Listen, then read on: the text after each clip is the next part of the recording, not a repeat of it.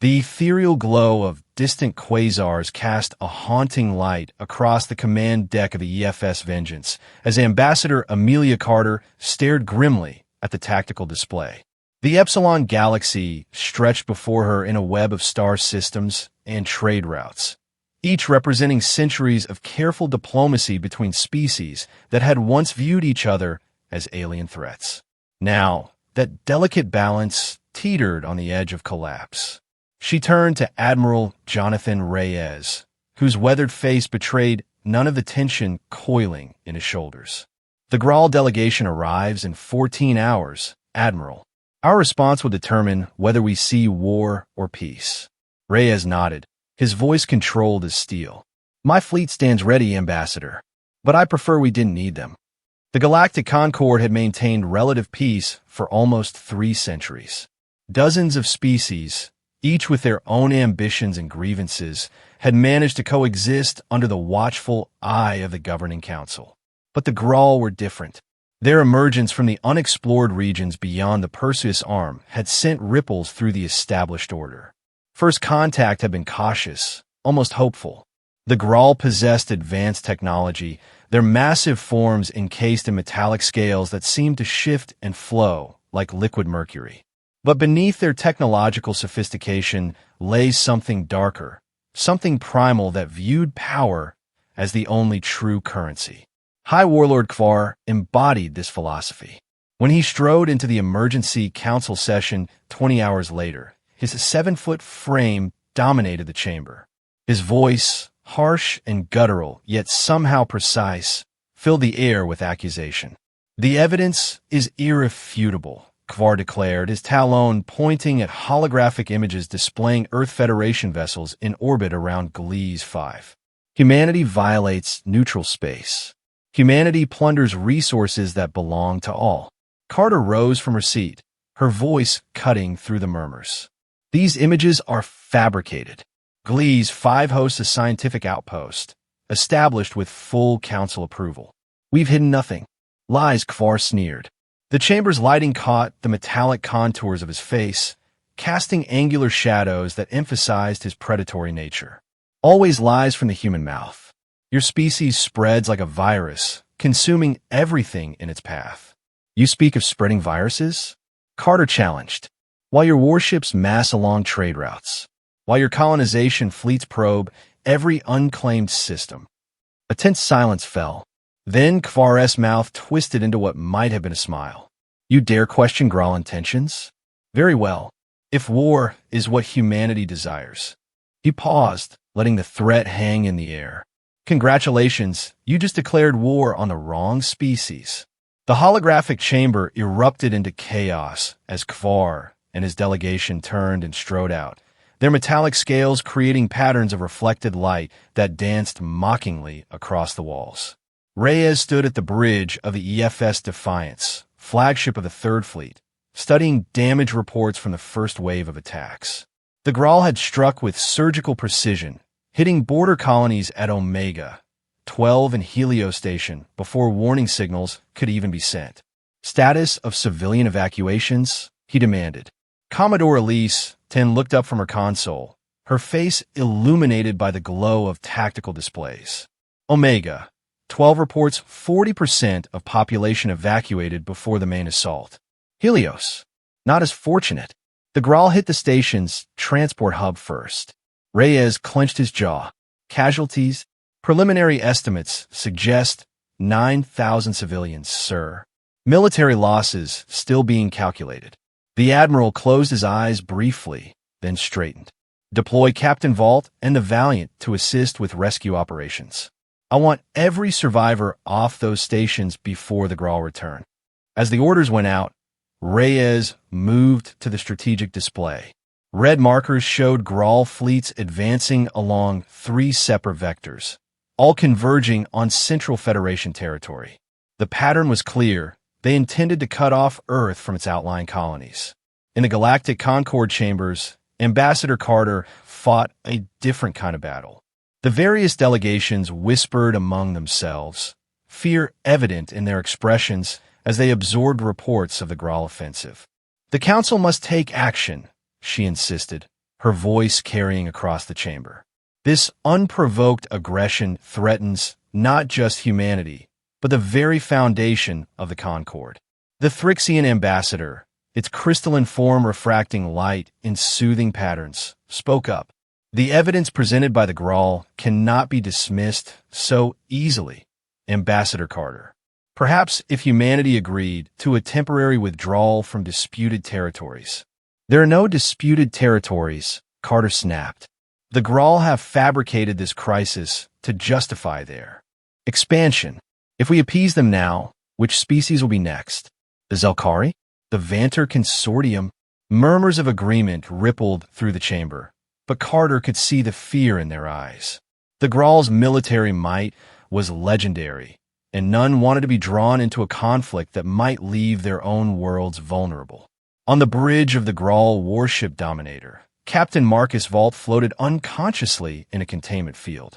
He'd been captured during the failed defense of Omega 12, his destroyer crippled by enemy fire. Kvar's second-in-command, War Marshal Theric, studied the human with clinical interest. Such fragile creatures, he mused. I wonder how they've survived this long. Vault stirred, consciousness returning. His eyes focused on Theric's scaled face. You'll find we're harder to kill than we look.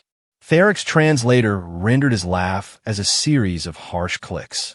Defiance, even in defeat. Admirable. Tell me, human, why does your species persist in claiming territory that doesn't belong to you?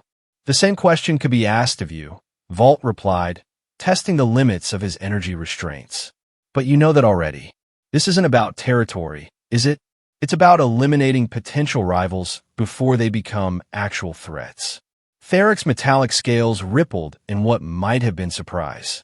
You are perceptive for a primitive species. Yes, High Warlord Kvar sees your rapid expansion as a threat to Grawl supremacy. And he is not alone in this view. Vault's eyes narrowed. There's something else. Something you're not telling me. Perhaps, Theric admitted. Kvar speaks of a new weapon, something that will end this conflict decisively. The Omega device, he calls it. But there are whispers, concerns about its nature. Before Vault could press further, alarms blared throughout the ship. The Grawl warship shuddered violently. On the bridge of the EFS Defiance, Admiral Reyes watched as his trap sprung. The Grawl fleet had taken the bait, advancing into the Omega 12 system to finish what they'd started. They hadn't expected to find a minefield of quantum detonators scattered throughout the debris field. All ships, execute Phoenix Rising, Reyes commanded. Target their command vessels. Let's see how well they fight without their leaders. The space around Omega 12 erupted into a maelstrom of energy weapons and explosions. Human destroyers, nimble and quick, darted between the larger Grawl ships, railgun rounds punching through armor that had seemed impenetrable. But the Grawl adapted quickly. Their ships reformed into a defensive formation, their powerful energy weapons creating a web of destructive fire that forced the human fleet to retreat. As the battle raged, a small stealth vessel slipped away from the conflict zone. The Shadow, carrying an elite team of special operations personnel, vanished into the depths of space. Target acquired, Captain Rico Sanchez confirmed, studying the holographic display in the Shadow's cramped bridge. Varick Station, just as intelligence predicted. The team had been hastily assembled after interrogation of Grawl prisoners revealed the location of their primary communications hub. If they could infiltrate Varick and extract proof of the Grawl's deception, it might turn the tide of both the military conflict and the political battle at the Concord. Remember, Sanchez addressed her team, we need that data intact. Once we're inside, we'll have limited time before their security systems detect us. The Shadow's stealth systems engaged, bending light and radiation around the ship as it approached Varick Station. The massive structure loomed before them, its architecture unmistakably Grawl, all sharp angles and threatening protrusions. Lieutenant Marco Chun, the team's technical specialist, stared at their objective. That's a lot of security for a communication station. Which means we're in the right place, Sanchez replied. Suit up. We drop in 5. The assault team moved through Varick Station's corridors with practiced efficiency, their powered armor absorbing sound and masking heat signatures. The difference in scale between human and Graal architecture worked in their favor.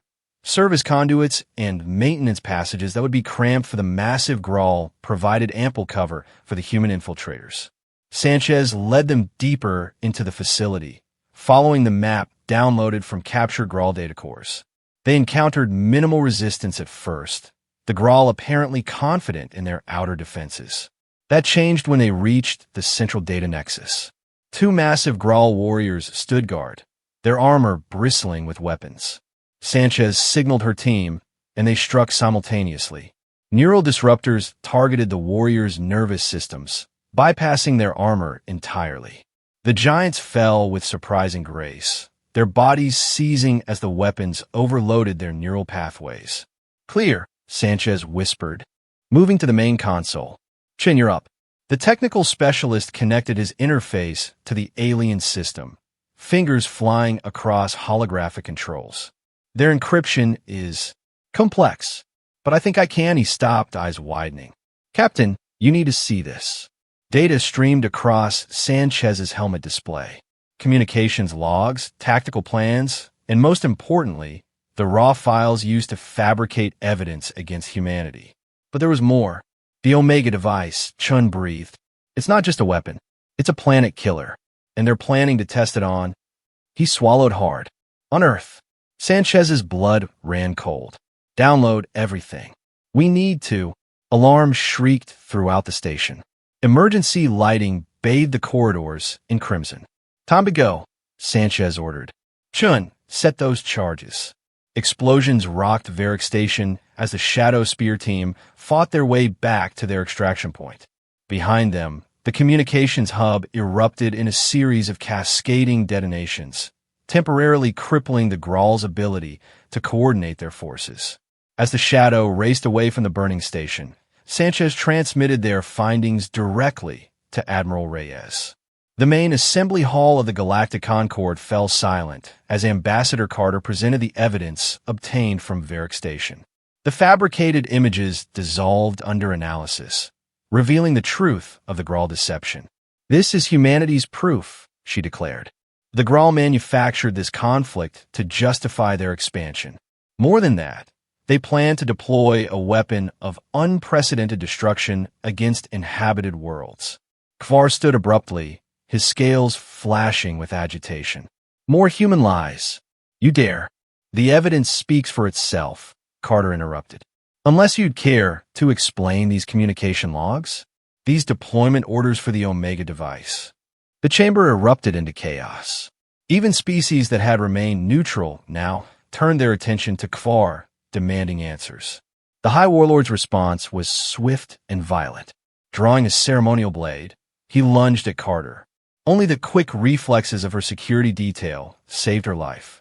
The blade buried itself in the podium where she'd stood moments before. "So be it," Kvar snarled. "The time for pretense is over. The Graal will take what is rightfully ours." Admiral Reyes stood on the bridge of the Vengeance, humanity's newest and most powerful warship. The massive vessel dwarfed even the largest Graal battleships, its experimental weapons systems representing the pinnacle of human military technology. "The Proxima Corridor," he mused, studying the tactical display. "They have to come through here. It's the only route wide enough for their fleet." "It's also a trap," Commodore Tam pointed out. "They'll know we're waiting." "They believe their numbers make them invincible," Reyes replied. "Let them come." The Graal fleet emerged from hyperspace in perfect formation, 100 warships strong. At their center sailed Kvar's flagship, the World Breaker, its massive bulk bristling with weapons. What they found waiting for them defied their expectations. The human fleet, though smaller, had positioned itself with tactical precision. Stealth destroyers lurked in sensor shadows. Missile frigates held position behind asteroid clusters, and at the heart of the formation, the Vengeance waited like a coiled serpent. "All ships," Reyes commanded, "execute hammer and anvil." The battle erupted with a fury that would be remembered for generations. Human ships struck from unexpected angles, their smaller size allowing them to weave through the Grawl formation like needles through cloth. The Grawl responded with overwhelming firepower, their plasma weapons turning the void into a hellscape of energy. The World Breaker advanced through the chaos, its massive guns pulverizing human vessels with each salvo. Kvar's voice boomed across all frequencies. "You cannot win, humans. Accept your fate." Reyes smiled grimly. "Vengeance actual to all ships. Execute Damocles Protocol." The Vengeance's experimental main weapon powered up, drawing energy from multiple fusion reactors. Space itself seemed to warp around the massive ship as the weapon charged. "Target locked," the weapons officer reported. "Firing solution optimal." Fire, a lance of pure energy, more intense than the heart of a star, erupted from the Vengeance's bow. The beam struck the World Breaker amidships, overwhelming its shields instantly. The massive warship split in two, secondary explosions consuming both halves and spheres of nuclear fire. The Grawl fleet faltered, their coordination shattered by the loss of their flagship. Human forces pressed their advantage, targeting command vessels and support ships. But Kvar had survived. From escape pod, he transmitted one final order. "Deploy the Omega device," his voice rasped. "Destroy them all." A small vessel, previously hidden among the Grawl support ships, began to glow with an ominous energy. Readings from human sensors spiked off the scale. "Admiral," Tan reported, her voice tight with fear, "that thing is generating antimatter at an exponential rate. If it detonates, the entire corridor will be annihilated," Reyes finished. "All ships, concentrate fire on that vessel." But the Omega device was heavily shielded, deflecting even the Vengeance's powerful weapons. As it charged toward critical mass, Reyes made a decision. "Helm, set collision course. Engineering, overload the reactors."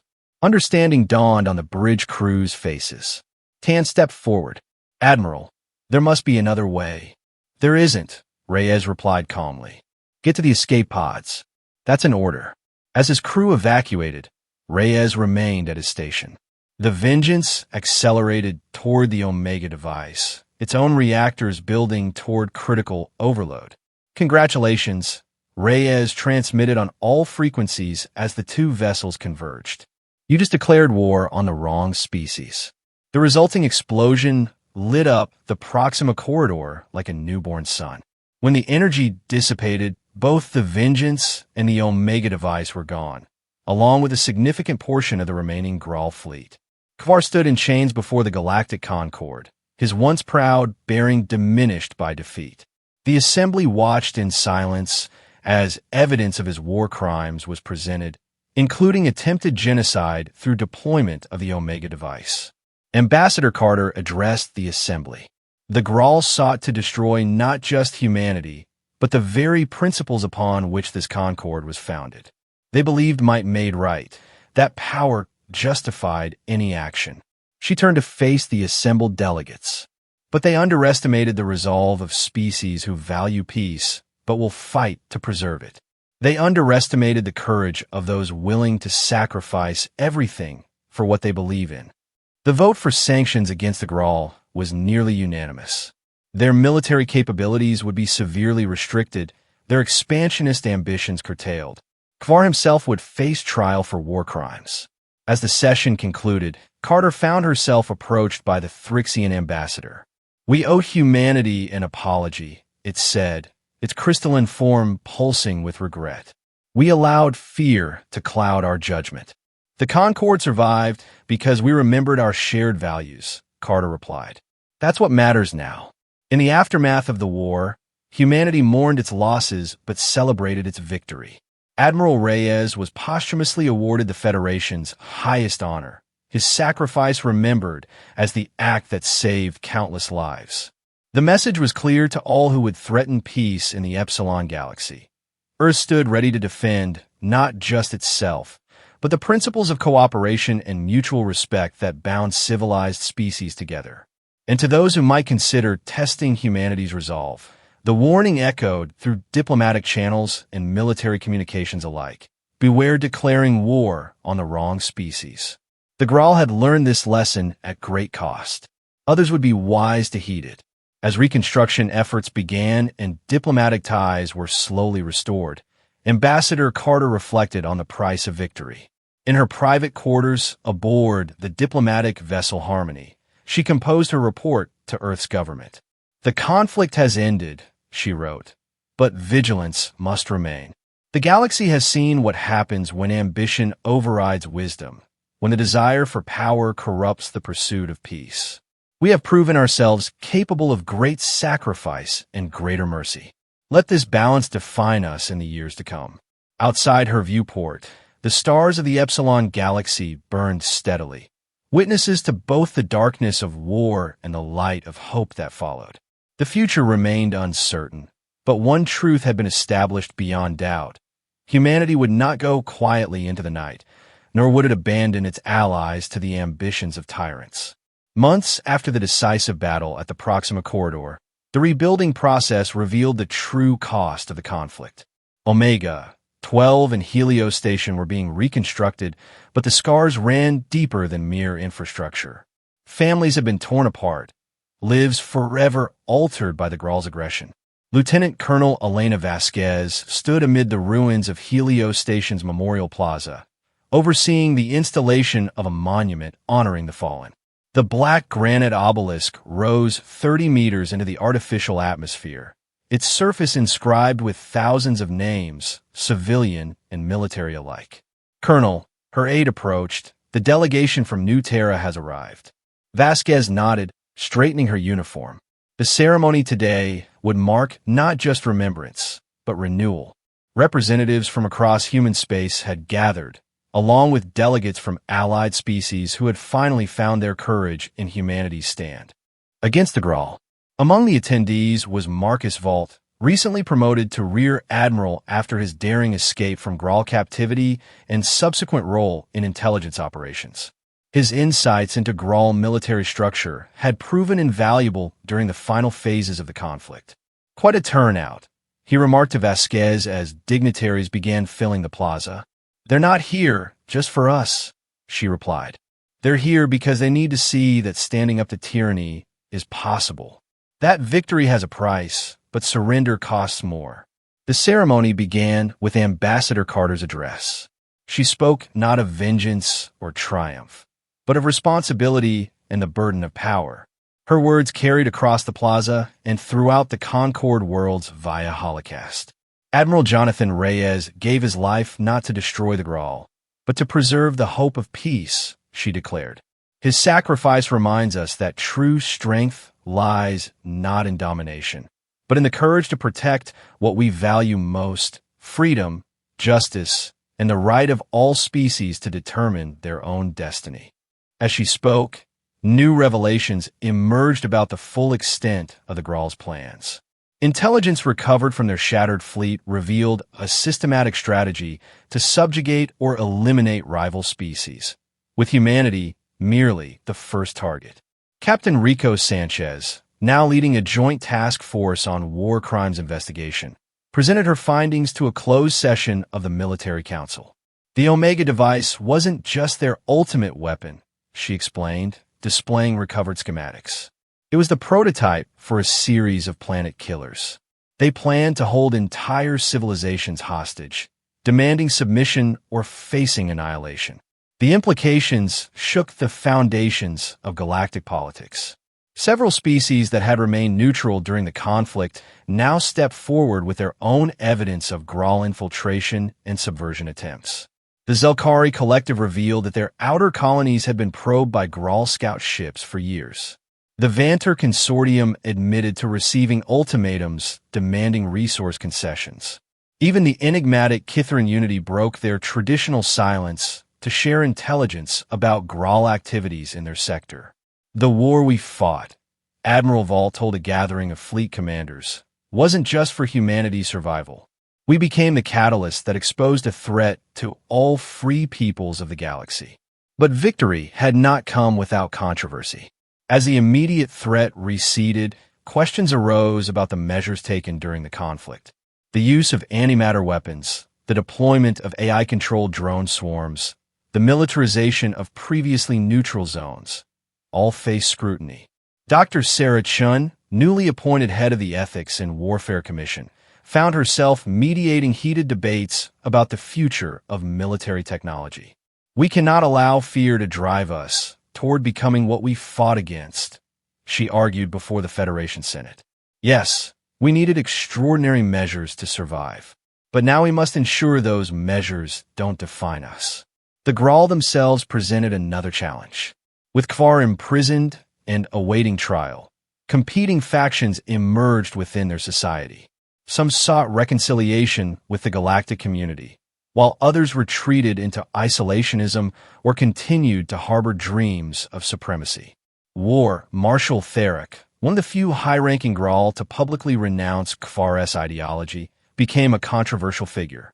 His testimony during the war crimes trials provided crucial insights into Graal culture and military planning. We were taught that strength was the only truth, he told the tribunal, that the weak existed only to serve the strong. But we fail to understand that true strength encompasses more than military might. It requires wisdom, restraint, and the courage to admit when you are wrong. His words resonated with younger Graal who had begun questioning their society's warrior ethos. A reform movement emerged, advocating for peaceful coexistence and cultural exchange. Meanwhile, humanity's military underwent its own transformation. The lessons learned during the conflict led to significant restructuring of fleet organization and tactics.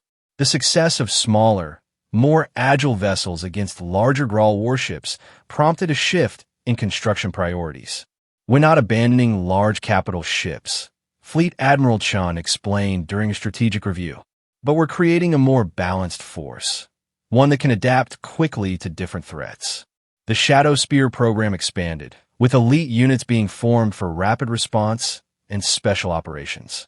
Their success at Varick Station had demonstrated the value of precise, targeted actions over brute force. Technological advances born from the war effort found peaceful applications. The enhanced sensor arrays developed to detect Graal stealth ships were adapted for deep space exploration. Medical breakthroughs in treating radiation exposure, necessary after battles in hostile environments, improved healthcare across human colonies. Yet the greatest change was philosophical. The conflict had forced humanity to confront fundamental questions about its place in the galaxy and its responsibility to other species. We've always known we weren't alone in the universe, Ambassador Carter reflected during a symposium on interspecies relations. But now we understand that we're part of something larger, a community of civilizations that must work together to ensure mutual survival. The establishment of the Joint Defense Initiative marked a new era of cooperation. Human, Thrixian, Zelkari, and other species vessels began conducting joint patrols and training exercises. What had begun as a military necessity evolved into a framework for deeper cultural and scientific exchange. 5 years after the war's end, the Proxima Corridor had become a symbol of both sacrifice and hope.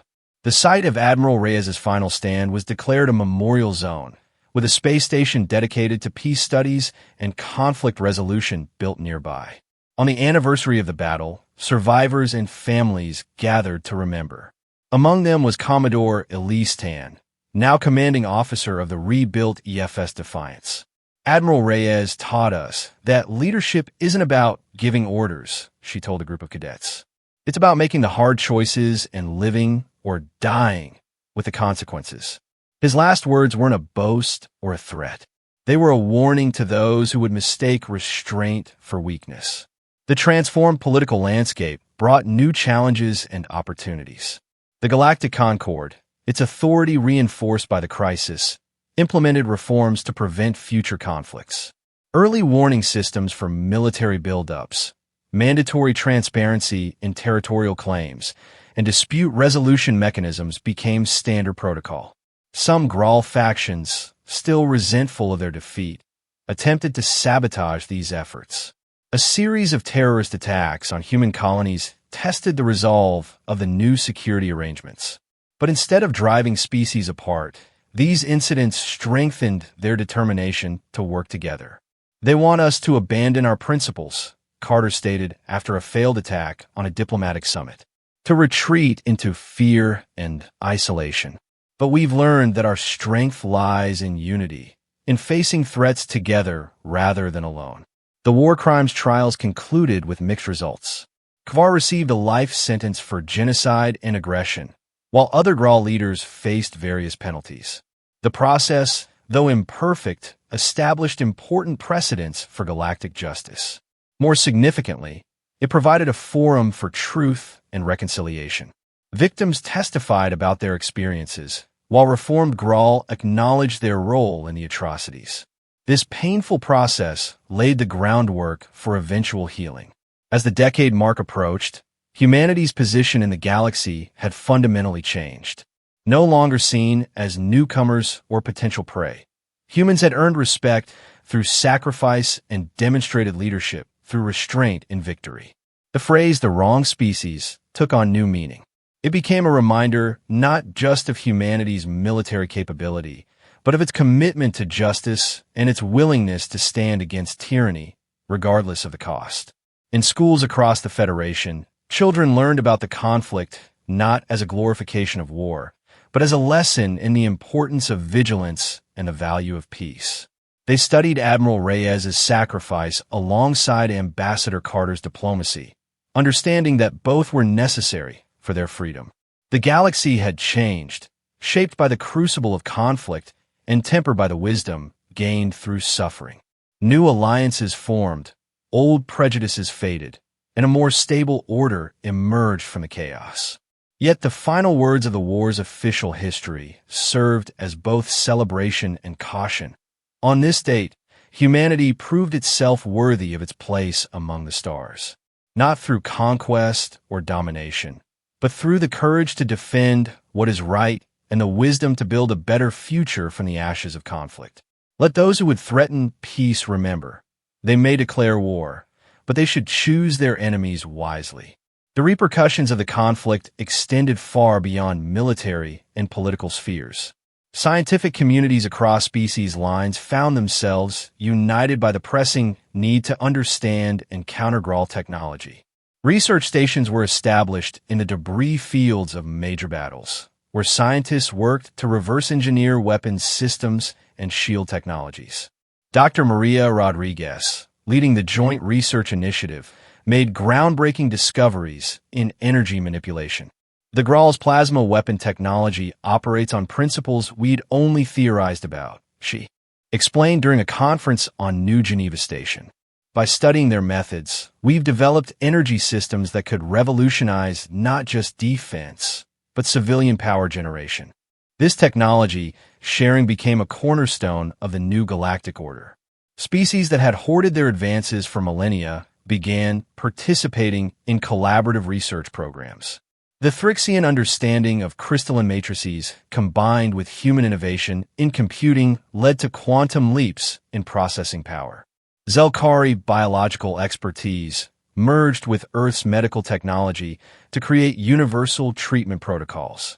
But such progress wasn't without its challenges. Industrial espionage became a serious concern as corporations and rogue states sought to exploit the newly available technologies. The formation of the Galactic Technology Security Council helped establish guidelines for protecting sensitive research while promoting beneficial sharing. Cultural exchange flourished in unexpected ways. Human art and music found appreciation among species previously indifferent to such expressions. Graal redemption poetry, written by those seeking to atone for their species' actions, became a powerful medium for healing.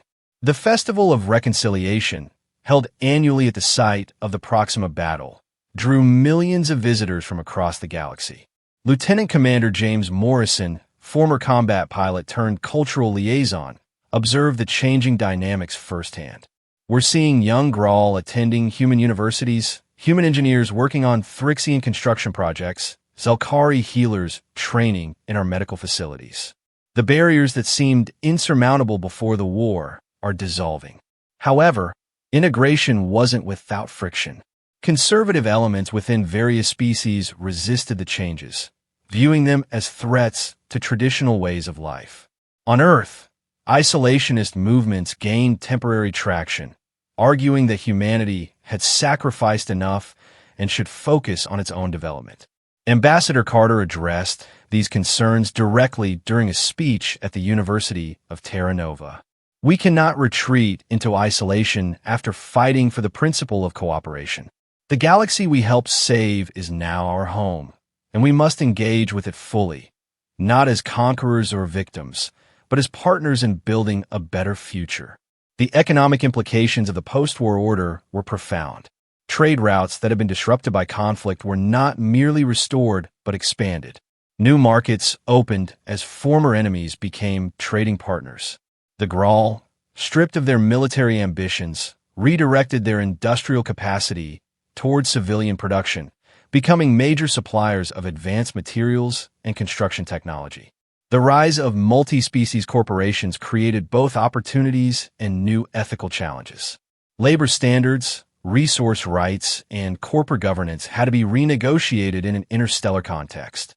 The formation of the Galactic Commerce Commission attempted to address these issues, though not without controversy. Some remote human colonies, which had developed unique cultures during their isolation, found themselves at odds with the new cosmopolitan reality.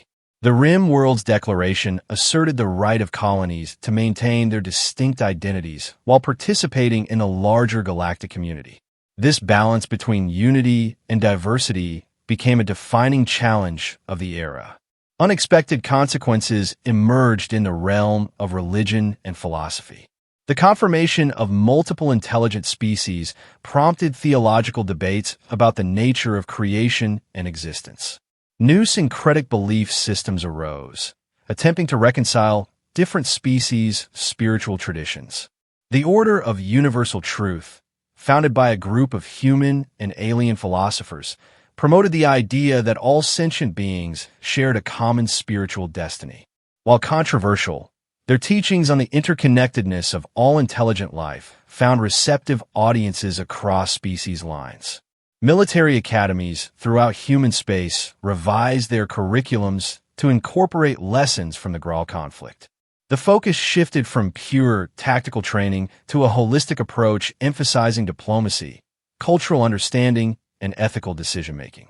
Rear Admiral Valt established the Reyes Institute for Strategic Studies, dedicated to preventing future conflicts through better understanding of potential adversaries. Admiral Reyes didn't die to win a war. Valt explained at the Institute's opening. He died to end one. Our mission is to ensure his sacrifice isn't wasted by repeating the mistakes that led to that conflict. The question of Graal reparations proved particularly contentious.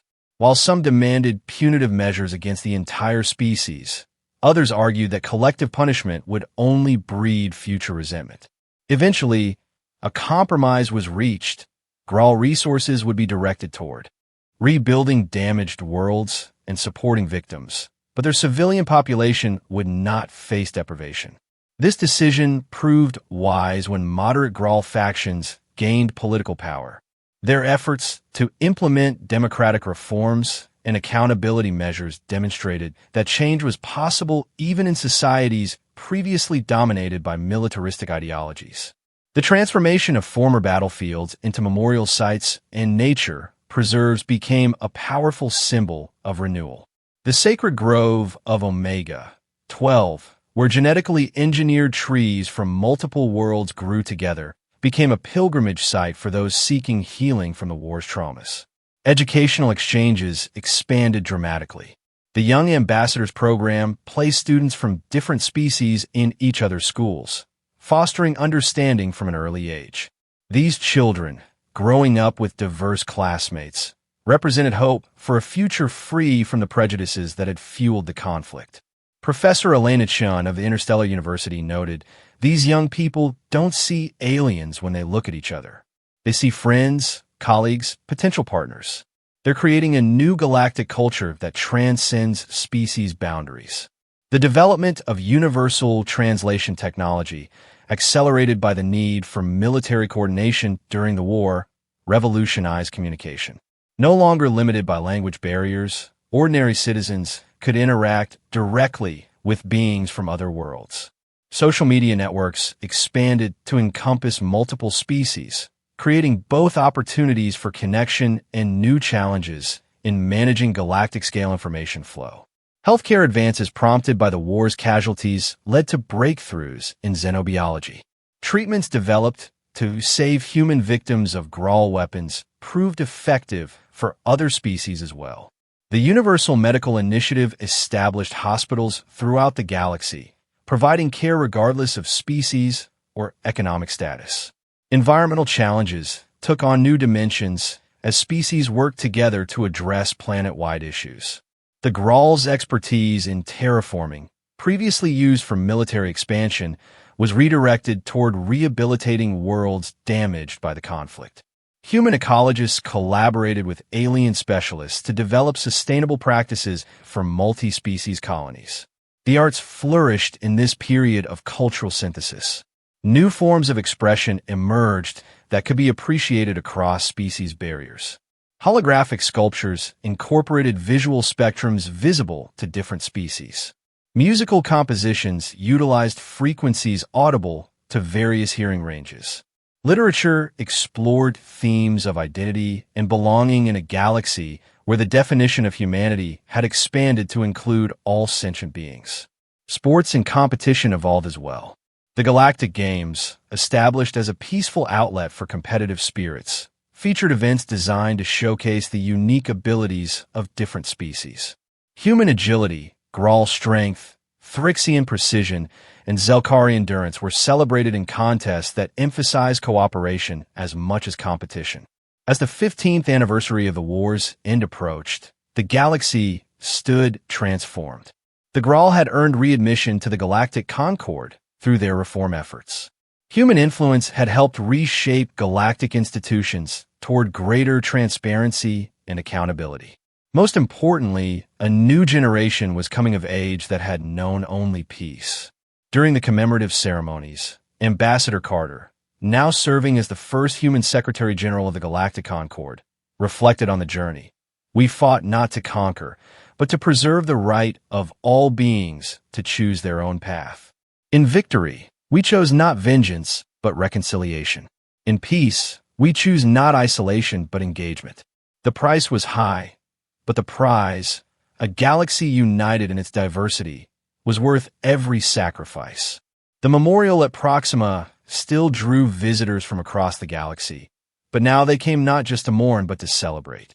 The twisted metal from destroyed warships had been forged into a sculpture representing all known sentient species reaching toward a common star. As the ceremony concluded, a moment of silence was observed for Admiral Reyes and all who had fallen. Then, in a tradition that had developed spontaneously and spread throughout the galaxy, attendees joined appendages, hands, tentacles, energy fields, in a gesture of unity that transcended species. The wrong species had indeed been challenged, but in responding to that challenge, humanity had helped create something greater than any single species could achieve alone. The galaxy moved forward, not forgetting the lessons learned in blood and sacrifice, but building upon them to create a future where such conflicts would become increasingly unthinkable. In the end, the story of the war became not just about a military victory, but about the triumph of cooperation over conquest, understanding over fear, and unity over division. The words that had begun as a threat, "You just declared war on the wrong species," had transformed into a promise that those who stood for justice and peace would always find allies, regardless of their origin among the stars. The legacy of the conflict lived on in the institutions created to prevent its recurrence, in the friendships forged across species lines, and in the shared commitment to a galaxy where all sentient beings could thrive in freedom and dignity. The wrong species had indeed been challenged, but in rising to that challenge, humanity had helped create a right future for all. 20 years after the Battle of Proxima Corridor, a young Graal named Kara stood before the assembled delegates of the Galactic Concord. Unlike her predecessors who had addressed this body in tones of threats and demands, Her voice carried notes of gratitude and hope. "My people once believed that strength meant domination," she said, her metallic scales reflecting the chamber's soft lighting. "We saw the galaxy as a battlefield to be conquered. But true strength, we have learned, lies in building rather than destroying, in uniting rather than dividing." The applause that followed her speech came from representatives of dozens of species, many of whom had once feared the very sight of a Grawl. Kara's appointment as the Grawl ambassador to the Concord symbolized a transformation that few had thought possible 2 decades earlier. In the audience sat General Elena Vasquez, now retired from active service but still involved in peacekeeping initiatives. Beside her was Dr. Sarah Chun, whose ethics commission had helped guide the difficult transition from wartime to peacetime priorities. "Hard to believe, isn't it?" Vasquez whispered. 20 years ago, we were trying to kill each other. Now look at us." Chun nodded, watching Kara interact with other delegates. "Change happened slowly, then all at once. The war forced us to confront our prejudices, but peace challenged us to overcome them. The transformation hadn't been easy. Several crisis points had threatened to reignite conflicts. A terrorist attack by Grawl extremists had nearly derailed diplomatic progress 5 years post-war. Economic disputes over resource rights had brought some species to the brink of withdrawal from the Concord. Yet each time, the memory of what war had cost and the vision of what peace could achieve had pulled them back from the edge. The Joint Defense Initiative had evolved into something more comprehensive, the Galactic Security Alliance. Its mandate expanded beyond military threats to include disaster response, medical emergencies, and scientific exploration. Ships that once faced each other in battle now worked side by side, responding to natural disasters or exploring uncharted regions of space. Commander Lisa Park, granddaughter of one of Admiral Reyes's bridge officers, commanded one such mixed-species vessel. The GSA Discovery included crew members from 15 different species, working together seamlessly despite their diverse origins. "My grandfather used to tell stories about the war," she reflected during a documentary interview, "about how fear and misunderstanding nearly destroyed everything. Now, my first officer is Grawl, my chief engineer is Thrixian, and my medical officer is a hybrid, half human, half Zelkari. We're not just colleagues, we're family." The rise of hybrid individuals represented perhaps the most profound change. As different species worked and lived together, some formed bonds that transcended biology. Genetic compatibility varied, but where nature allowed, love found a way.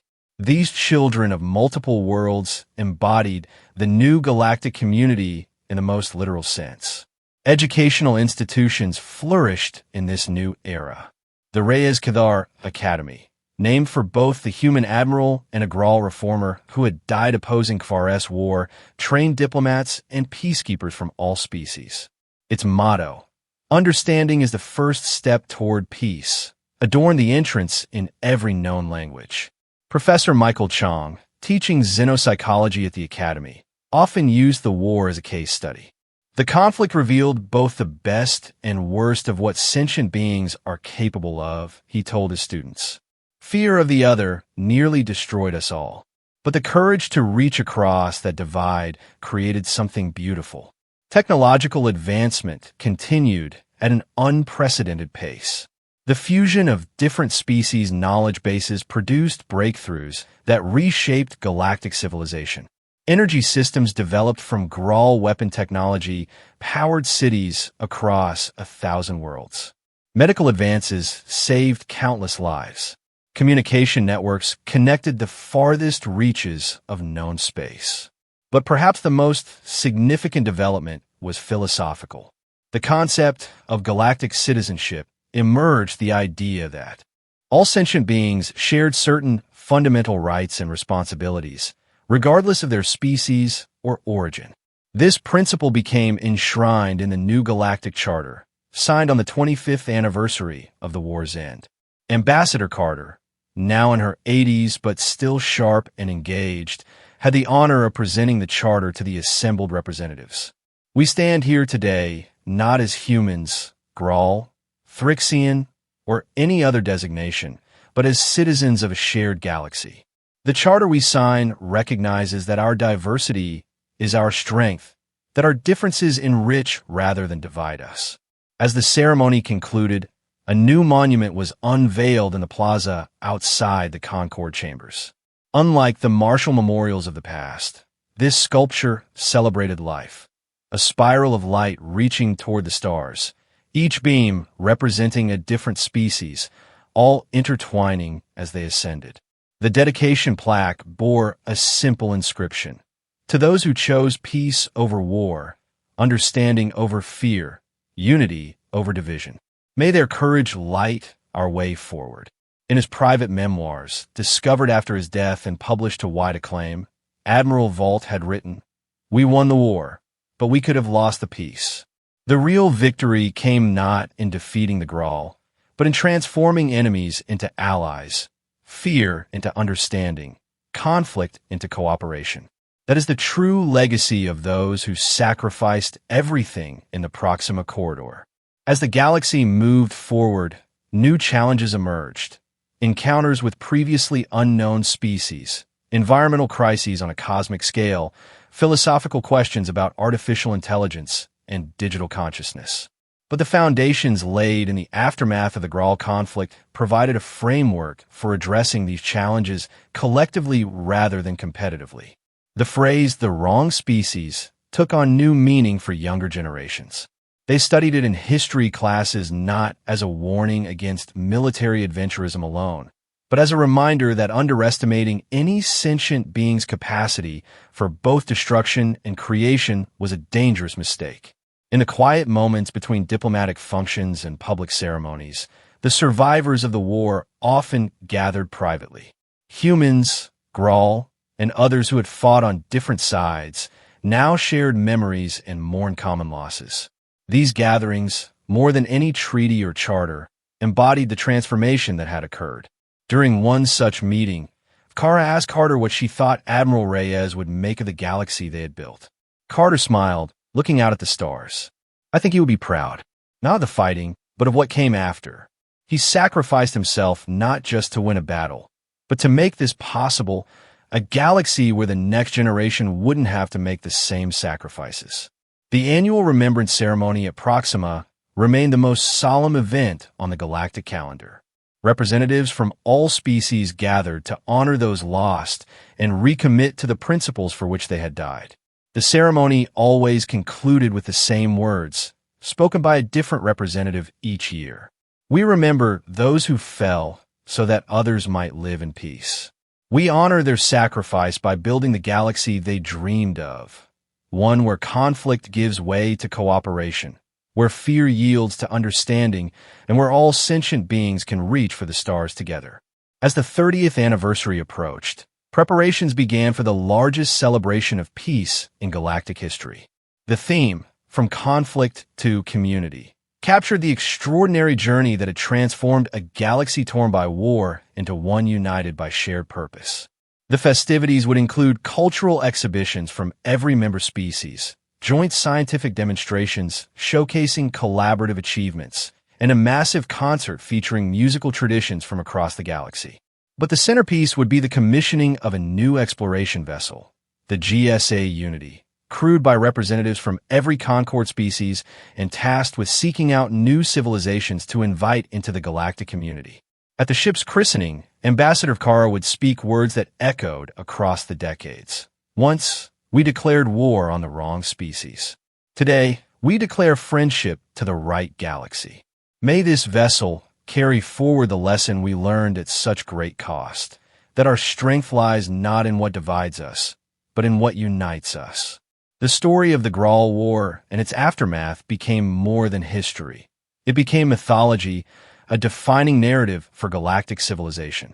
Children across 1,000 worlds grew up learning that peace was not the absence of conflict, but the presence of justice, that strength lay not in domination, but in cooperation, and that the highest calling of any sentient being was to build bridges rather than walls.